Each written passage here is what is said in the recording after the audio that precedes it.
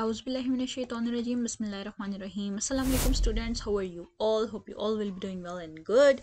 So आज की जो वीडियो होने वाली है वो जैसे कि आपको पता है हम चैप्टर 2 अपना कर रहे हैं कंप्यूटर साइंस का ग्रेड 11 की, और आज का जो हमारा टॉपिक है वो होने वाला है about the testing computational artifacts. तो आज की वीडियो में हम डिस्कस करेंगे कि हम कंप्यूटर के इन आर्टिफैक्ट्स को जो हमने पीछे अपनी वीडियोस में काफ़ी टाइम से हम लोग पढ़ रहे हैं उनके बारे में, किस तरीके से उनको प्लानिंग की जाती है, किस तरीके से उनको डेवलप किया जाता है, कंप्यूटेशनल आर्टिफैक्ट्स होते क्या है, हम सब कुछ डिस्कस कर चुके हैं। अब उनकी टेस्टिंग किस तरीके से की जाती है, यानी कंप्यूटेशनल आर्टिफैक्ट्स को अगर हम एल्गोरिथम ही समझे, वैसे तो वो एल्गोरिथम ही होता है, तो बेसिकली इसका मतलब है कि हम एल्गोरिथम की टेस्टिंग किस तरीके से करते हैं उसके बारे में हम डिस्कस करेंगे। So without wasting over time let's start our video. सबसे पहले टेस्टिंग कंप्यूटेशनल आर्टिफैक्ट्स होता क्या है। Should be tested by considering potential logical errors. ठीक है, जो लॉजिकल एरर्स होते हैं ना उनको कंसिडर किया जाता है, उनकी टेस्टिंग की जाती है। जैसे कि यहाँ पे एग्जांपल दी गई है, जैसे you should think what would happen if a user enters invalid और a certain out of range input. Testing and accordingly refinement of solution is the iterative process of computational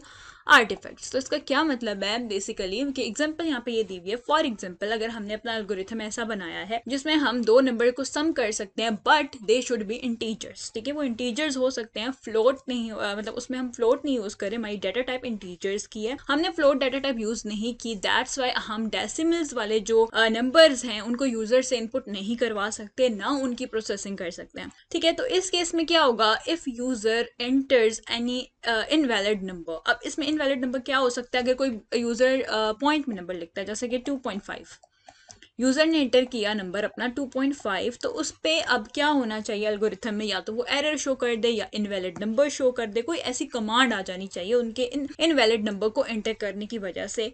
ठीक है, उसकी प्रोसेसिंग नहीं होनी चाहिए। ठीक है, और प्रॉपर कोई इनवैलिड कमांड वो आगे से शो कर दे, तो इस तरीके से एल्गोरिथम को बनाया जाता है।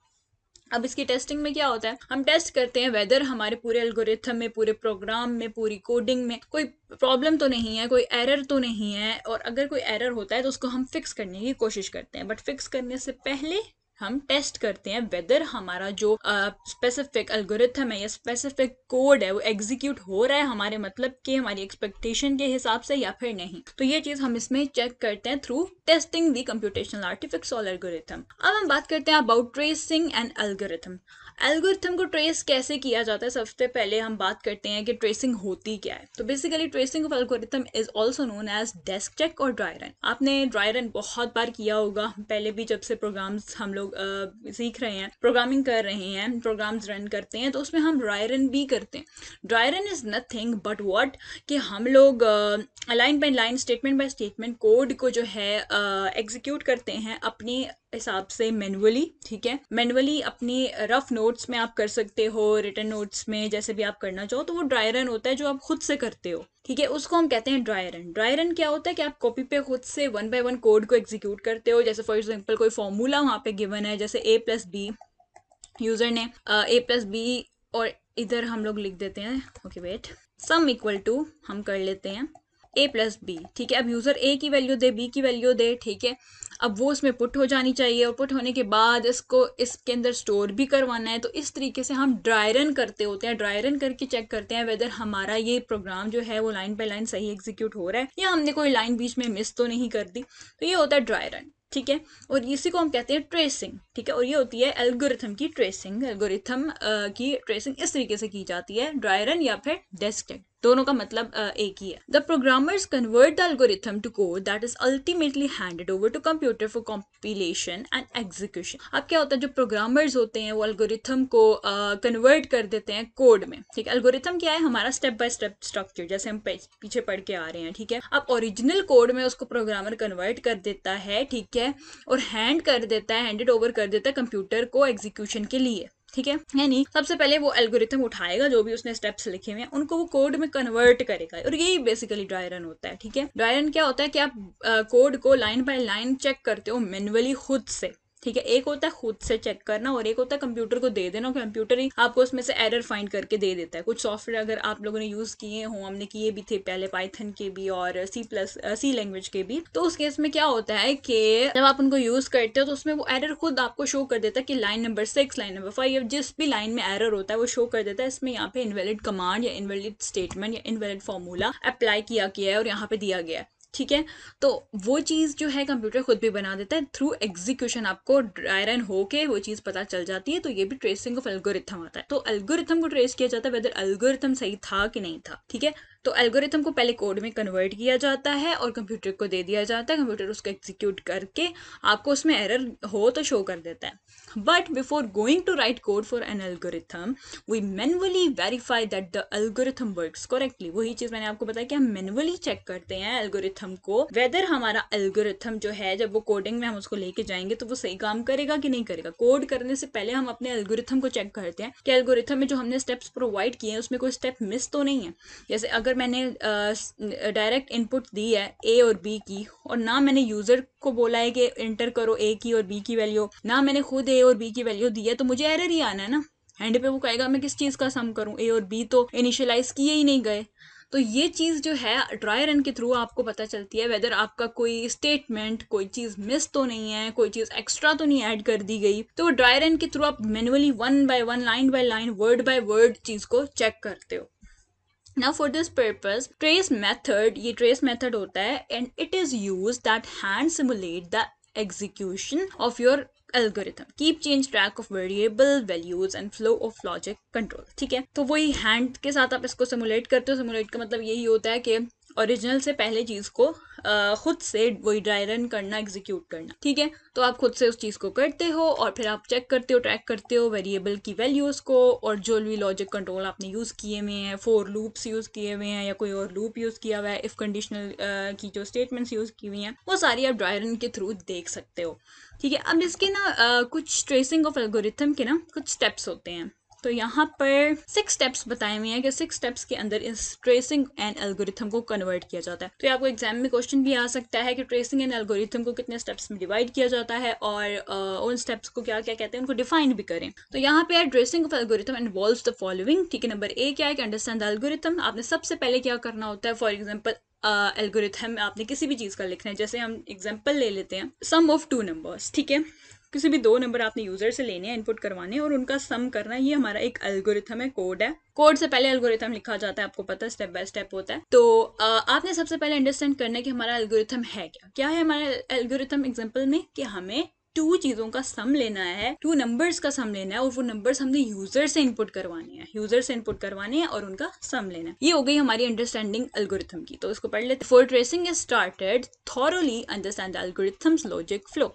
ठीक है, यानी कि ट्रेस करने से पहले ना, यानी आपने एल्गोरिथम को ट्रेस करना है। ठीक है, यानी एल्गोरिथम आपके पास लिखा हुआ है पूरा, सम आपका ना कि सम ऑफ 2 नंबर्स का एल्गोरिथम आपके पास पूरा स्टेप बाय स्टेप लिखा हुआ है, स्टार्ट से लेके स्टॉप तक। अब उसमें हम लोग क्या कर रहे हैं, हम लोग टेस्टिंग कर रहे हैं। टेस्टिंग में अब फर्स्ट स्टेप क्या है कि ट्रेसिंग से पहले वो बोलता है, यानी ट्रेसिंग क्या है, ड्राई रन। ड्राई रन करने से पहले वो बोलता है थॉरली आपने एल्गोरिथम्स को ना चेक कर लेना, यानी स्टेप बाय स्टेप आपने लॉजिक फ्लो, उसका फ्लो चेक करना है कि वो सही आ रहा है कि नहीं आ रहा। यानी क्या कि पहले वेरिएबल्स इनपुट करवाए हैं, ओके, प्रोसेसिंग हो रही है, प्रोसेसिंग के बाद जो है कोई डिसीजन मेकिंग है कि नहीं है, अगर रिक्वायर्ड थी तो क्यों नहीं डाली, अगर रिक्वायर्ड नहीं है तो नहीं है, नहीं डाली, ओके फाइन है। फिर आगे आके आपने आउटपुट चेक करनी है कि आउटपुट में चीज़ें जो कमांड्स दी हुई हैं वो सही है कि नहीं है।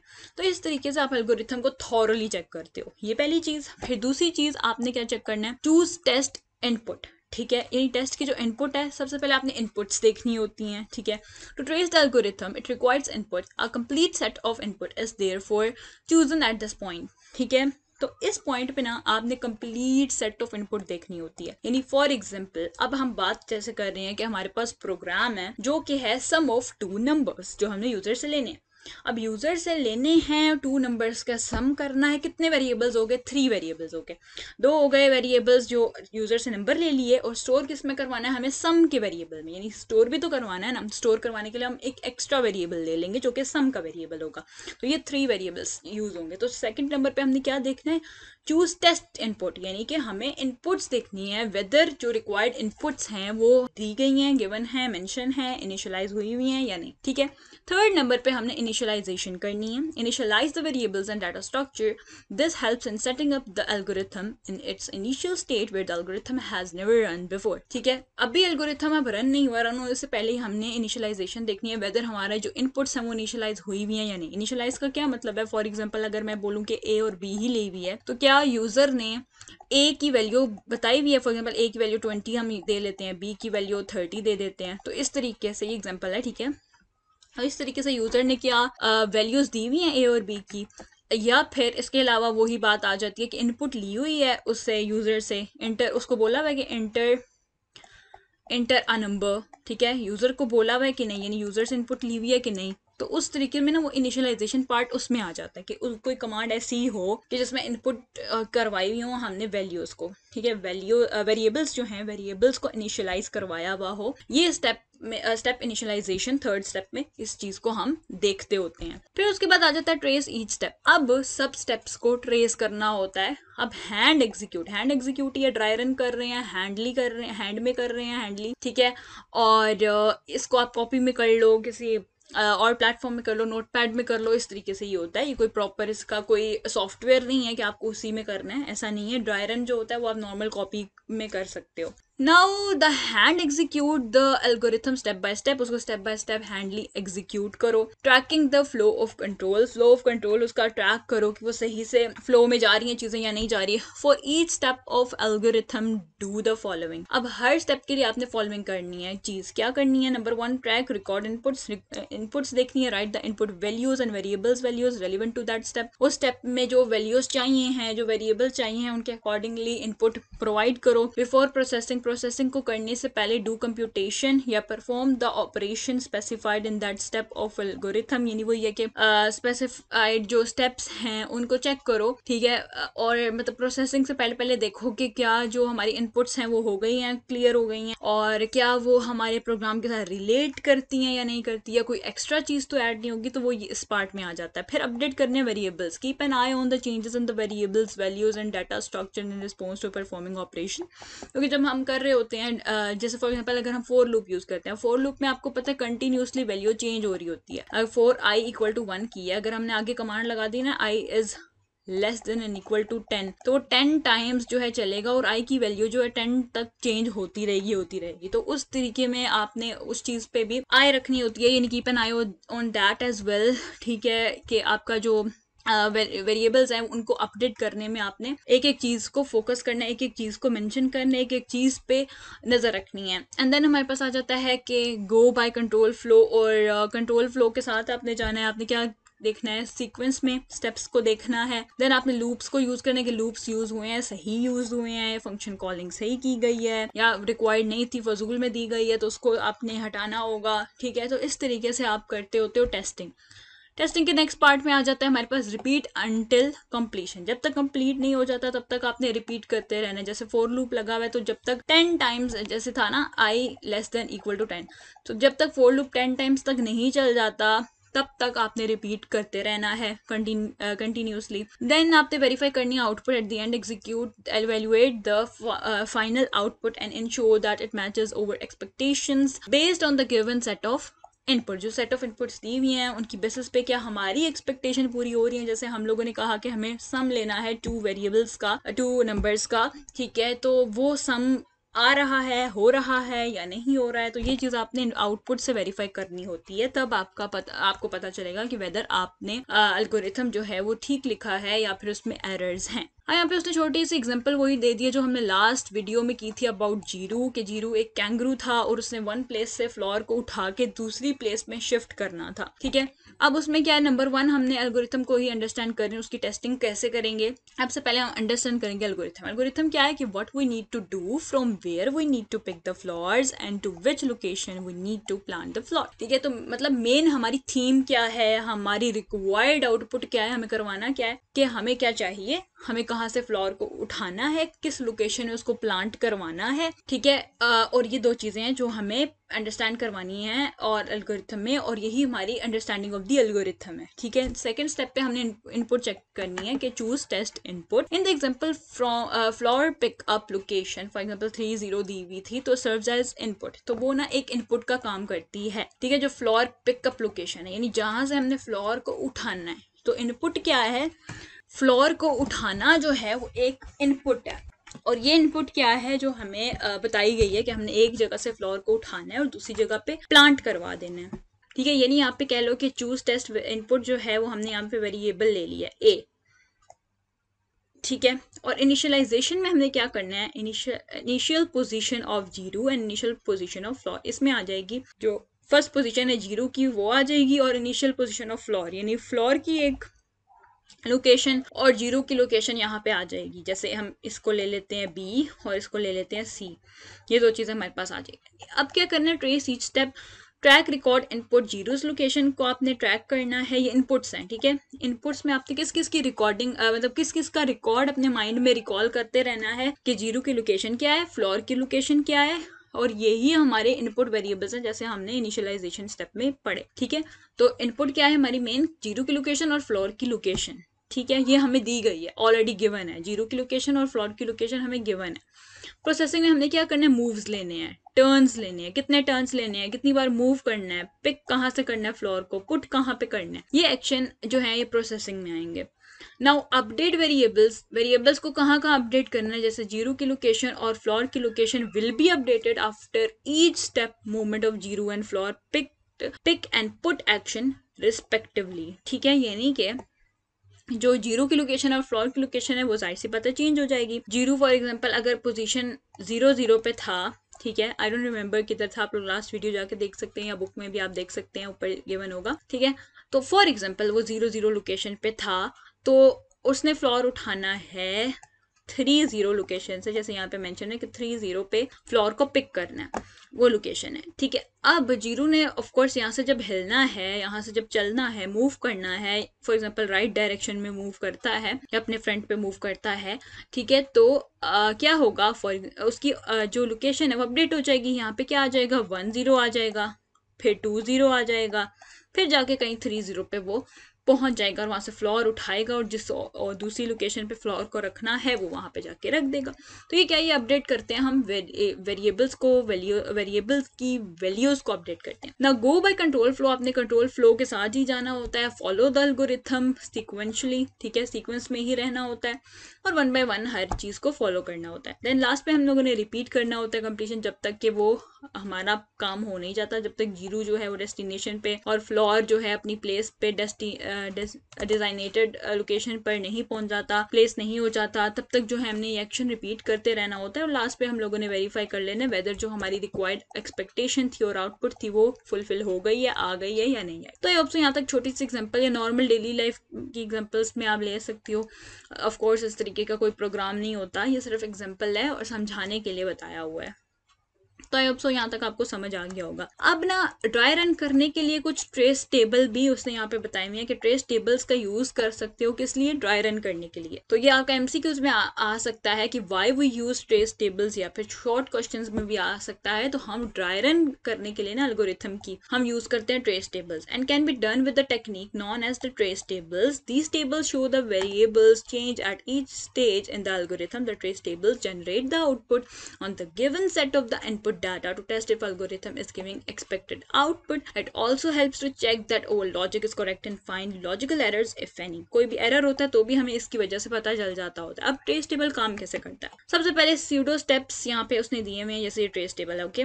तो सूडो स्टेप यहाँ पे आ जाते हैं, यानी सीरियल नंबर। उसके बाद हम लोग ने नंबर ले लेना है, ठीक है। नंबर क्या है, वेरिएबल है। यहाँ पे एक वेरिएबल ले लेना है, दूसरे पे जो भी वेरिएबल अगर है, इन केस अगर कोई वेरिएबल है तो दूसरे पे भी हमने वेरिएबल का नाम, ए है तो ए दे दो, बी है बी दे दो, यहाँ पे उसने आई लिया हुआ है तो आई दे देते हैं। और लास्ट पे हमारी जो कॉलम बनेगा वो बनेगा आउटपुट का, ठीक है। इस तरीके से टेबल बन जाएगा। नाउ सूडो कोड हमारा क्या है कि फॉर एग्जांपल नंबर है 3, और हमें क्या करना है, सबसे पहले प्रिंट करवाना है इस नंबर को। एक बार ये नंबर प्रिंट हो जाएगा उसके बाद फॉर लूप आएगा। फॉर लूप कब तक चलेगा, जब तक कि आई की वैल्यू जो है वो 3 नहीं हो जाती। यानी इस कमांड को हम ऐसे भी लिख सकते हैं, I is less than and equal to 3। ठीक है, इस कमांड को हम इस तरीके से भी दे सकते हैं। देन वो कहता है कि नंबर के अंदर हमने नंबर प्लस 5 को स्टोर करवा देना है और फिर नंबर को भी प्रिंट करवा देना है। इतना सा प्रोग्राम है। अब इसको हम ड्राई रन करते हैं। ये प्रोग्राम है और उसको एल्गोरिथम है, इसको हमने ड्राई रन कर। सबसे पहले नंबर क्या है, 3। प्रिंट क्या करवाना है, नंबर 3। और नंबर क्या है, तो नंबर के कॉलम में सबसे पहले फर्स्ट स्टेप पे 3 आ जाएगा। सेकंड स्टेप पे हमने क्या करना है, प्रिंट करना है नंबर को। नंबर क्या है, 3 है, 3 को प्रिंट कर देंगे, आउटपुट में जाएगी। प्रिंट क्यों किधर होती है, प्रिंट हमेशा आउटपुट में होती है, तो आउटपुट में हमारे पास सबसे पहले 3 आ जाएगा। उसके बाद फॉर लूप आ जाता है। फॉर लूप में आई की वैल्यू उसने कही है कि फ्रॉम 1 to 3 है। ठीक है, और इंक्रीमेंट तो आपको पता है यहाँ पे होता ही होता है। ये एल्गोरिथम में आप जरूरी नहीं है कि आप आई प्लस प्लस भी लिखो। ठीक है, याद रखना है, एल्गोरिथम में जरूरी नहीं होता, लेकिन कोड में आपने लाजम देना होता है। कोडिंग प्रॉपर होती है, एक्चुअल कोडिंग होती है, उसमें आपने लाजमी ये चीज़ें जो है पूरी कंसंट्रेशन के साथ मेंशन करनी होती है। नाउ सबसे पहले आई की वैल्यू क्या है, 1 है। Number equal to number plus 8। Number क्या है हमारे पास, नंबर की वैल्यू 3, 3 प्लस 5। नाउ 3 प्लस 5 क्या है, 8। ठीक है, तो 3 अब नंबर क्या है, फिर हमने 5 वाले स्टेप पे प्रिंट कर 5 नहीं मतलब 5 स्टेप पे हमारा क्या काम है कि प्रिंट करा देना है नंबर को। अब यहाँ तक हमारे पास 3 हो गया था। आई की वैल्यू उसने दे दी है, 3 स्टेप पे हमें मिली 1 है। और उसके बाद नंबर क्या है हमारे पास, नंबर की वैल्यू हो गई 8। नंबर की वैल्यू 8 हो गई सम करने की वजह से यहाँ पे। ठीक है, और प्रिंट हमने करवा दिया इसी 8 को यहाँ पे। ओके, देन उसके बाद जब हमारे पास 8 प्रिंट हो गया, अब दोबारा से ये लूप जो है चलेगा और आई की वैल्यू अब क्या हो गई, नंबर की वैल्यू तो हमारे पास आ गई है 8। ठीक है, और आई की वैल्यू हमारे पास क्या हो गई है, अब 2 हो गई है। ठीक है, इंक्रीमेंट हुआ 1 का। अब आई 1 से लेके 3 तक हमें चलाना है, तो अब आई की वैल्यू 2 गई है। अब आई की वैल्यू तो 2 हो गई है, हमने यहाँ पे ट्रेस टेबल में आई की वैल्यू हमने 2 कर देनी है अगले स्टेप में। उससे अगले स्टेप में हमने क्या करना है, नंबर की वैल्यू चेंज करनी है, क्योंकि नंबर प्लस 5, 8 प्लस 5 कितना होता है, 13 होता है। तो आपने नंबर में आना है और उसकी वैल्यू अपडेट कर देनी है, 13 डाल देना है। फिर हमने नेक्स्ट स्टेप में क्या करना था, प्रिंट करवाना था नंबर को। तो आपने क्या करना है, नेक्स्ट स्टेप में उसको प्रिंट करवा देना है आउटपुट में, आउटपुट करवा देनी है 13 की। अब हमने दोबारा आई की तरफ गए, इंक्रीमेंट करवाया, आई की वैल्यू हो गई 3। अब नंबर जो है आई की वैल्यू 3 हो गई है, वो भी हमें ट्रेस टेबल में डालनी होती है। तो आई की वैल्यू डाल दी हमने, ट्रेस टेबल में 3 आ गई। उसके बाद हम नंबर पे आए, नंबर प्लस 8 हो गया, नंबर प्लस 5 हो गया। ठीक है, और 13 था, 13 प्लस 5 कितना होता है, 18। ठीक है, तो अब क्या करेंगे, हम नंबर की वैल्यू चेंज करेंगे। नंबर क्या है इधर, 18 वैल्यू डाल दी। फिर उसके बाद हमने प्रिंट करवा देना, नंबर को प्रिंट करवाया, आउटपुट में डाल दिया 18 और फिर एंड। ठीक है, बिल्कुल एंड हो जाएगा। तो इस तरीके से ट्रेस टेबल वर्क करता है। तो अगर ट्रेस टेबल आ जाता है किसी भी चीज़ का, हो सकता है आपको इस तरह के सीडू कोड दे दिया जाए और उसका कहा जाए कि ट्रेस टेबल बना कर दें, तो इस तरीके से ट्रेस टेबल बनाया जाता है, जो आप इस तरीके से बना सकते हो। ठीक है, और यहाँ पर भी उसने छोटी सी एग्जांपल दी हुई है कि इस तरीके का अगर आपको दिया जाता है सूडो कोड, तो इसका ट्रेस टेबल आप कैसे बनाओगे, ये आप एज अ होमवर्क कर सकते हो। ठीक है, टेस्ट कर सकते हो अपने आप को कि आपको इस चीज़ की क्लैरिफिकेशन के लिए आप चेक कर सकते हो कि आपको ये क्लियर हुआ है या नहीं। उसके बाद हमारे पास आ जाता है एल्गोरिथम्स एवेल्युएशन पैरामीटर्स, यानी हम एल्गोरिथम को एवेल्युएट कैसे कर सकते हैं, using a variety of criteria and methods to assess their performance efficiency. यानी हम चेक कर कैसे करें कि एल्गोरिथम जो है हमारा वो एफिशिएंट है, करेक्ट है या सही है कि नहीं। तो यहाँ पे performance efficiency and correctness for specific task हम लोग चेक कर सकते हैं थ्रू डिफरेंट मेथड्स। ठीक है, द एवेल्युएशन प्रोसेस, एक एवेल्युएशन प्रोसेस होता है जो डिटरमाइन करता है whether an algorithm meets its intended objectives, यानी जो हमारे ऑब्जेक्टिव्स हैं, जो हमारे गोल्स हैं एल्गोरिथम के, जो बेसिक हमारा एक्सपेक्टेशंस हैं एल्गोरिथम से, वो मीट्स हो रही हैं या नहीं हो रही, ये हमें एवेल्युएशन की वजह से पता चलता है। Now the following are the some common ways to evaluate algorithm. Algorithm को एवेलुएट करने के लिए हम इस तरीके की कुछ मेथड्स हैं जो यूज़ कर सकते हैं। At advance level there are many other ways also, लेकिन हम ये नॉर्मल वेज को पढ़ेंगे। सबसे पहले क्या आ जाता है, करेक्टनेस, वेदर हमारा एल्गोरिथम करेक्ट है या नहीं। Correctness is considered the most fundamental evaluation parameter and algorithm must produce the desired output for all possible valid inputs. ठीक है, यानी कि हमारी जो डिजायर्ड आउटपुट है, जो हम आउटपुट लेना चाह रहे हैं, वो वैलिड होनी चाहिए। ठीक है, उनके लिए इनपुट्स जो हैं वो वैलिड होनी चाहिए, ये होती है correctness. Therefore various inputs are tried during evaluation of algorithm. इसमें क्या होता है, इनपुट्स को ज़्यादा फोकस किया जाएगा, करेक्टनेस में ज़्यादा फोकस इनपुट पे दिया जाता है। Efficiency of algorithm deals with the time and space, यानी वो टाइम और स्पेस के साथ वर्क करता है। अमाउंट ऑफ मेमोरी, कॉम्प्लेक्सिटी, कितना कॉम्प्लेक्स है आपका program. The time complexity refers to the amount of time taken by the algorithm to run, and space complexity refers to the amount of memory required to run the algorithm. Now दो चीज़ें हैं इसमें, एक time और space. वो बोलता है कि अगर टाइम की बात करें तो टाइम में हम कॉम्प्लेक्सिटी उसकी देखेंगे, कॉम्प्लेक्सिटी कितना कॉम्प्लेक्स है, बहुत ज़्यादा लेंथी प्रोग्राम है या नहीं। और दूसरा हम उसकी मेमोरी चेक करते हैं कि वो उस मेमोरी में उसको रन किया जा सकता है कॉम्प्लेक्स प्रोग्राम को या फिर नहीं। टाइम में हम लोग टाइम देखते होते हैं, उस कॉम्प्लेक्स प्रोग्राम में कितना टाइम लगता है उसको रन होने में, एग्जीक्यूट होने में, और कितनी वो मेमोरी ले रहा है। तो ये एफिशिएंसी में हम देखते होते हैं। क्लैरिटी में हम देखते हैं this refers to how easily the algorithm's logic and steps can be understood by humans involved in the software development life cycle. SDLC जो हमने पढ़ा था, ठीक है, उसी की बात हो रही है कि हम बात करते होते हैं कि लॉजिक और स्टेप्स जो है ना, यानी वही अगर आपने लूप्स यूज़ किए हुए हैं, कंडीशंस यूज़ की हुई हैं, वो सही से एग्जीक्यूट हो रही हैं या नहीं हो रही, वो हम क्लैरिटी में चेक करते हैं। और लास्ट पे हम रिलायबिलिटी चेक करते हैं, रिलायबल कितना है। It refers to the ability to always produce correct and accurate results when the algorithm is given a set of inputs. A reliable algorithm should always perform the required task with a high degree of accuracy and consistency. ठीक है, तो reliability में हम यही check करते हैं हमारा algorithm कितना रिलायबल है, कितना एक्यूरेट है, उसकी कंसिस्टेंसी जो है वो कितनी एक्यूरेट है। तो ये रिलायबिलिटी में हम दो चीज़ें चेक करते हैं। तो I hope so accurate results को चेक करते हैं। तो आई होप सो यहाँ तक आपको क्लियर हो गया होगा कि हर स्टेप में हम कौन कौन सी मेन चीज़ों पर फोकस करते हैं। तो ये थी आज की हमारी छोटी सी वीडियो। आई होप सो आपको समझ आ गई होगी। शॉर्ट क्वेश्चंस के लिए बहुत ज़्यादा इंपॉर्टेंट है ये टॉपिक, ठीक है, तो इसको भी आप छोड़ना नहीं और अच्छे से अंडरस्टैंड करना। अगर आपको कोई क्वेश्चन है तो आप कमेंट सेक्शन में पूछ सकते हैं, तो इंशाल्लाह आपको आंसर भी किया जाएगा। अपना बहुत ज़्यादा ख्याल रखिएगा, दुआ में याद रखें, और वीडियो अच्छी लगी है वीडियो को लाइक कर दें, चैनल को सब्सक्राइब कर दें ताकि आपको आने वाली लेटेस्ट वीडियो साथ साथ मिलती रहे। अल्लाह हाफिज़।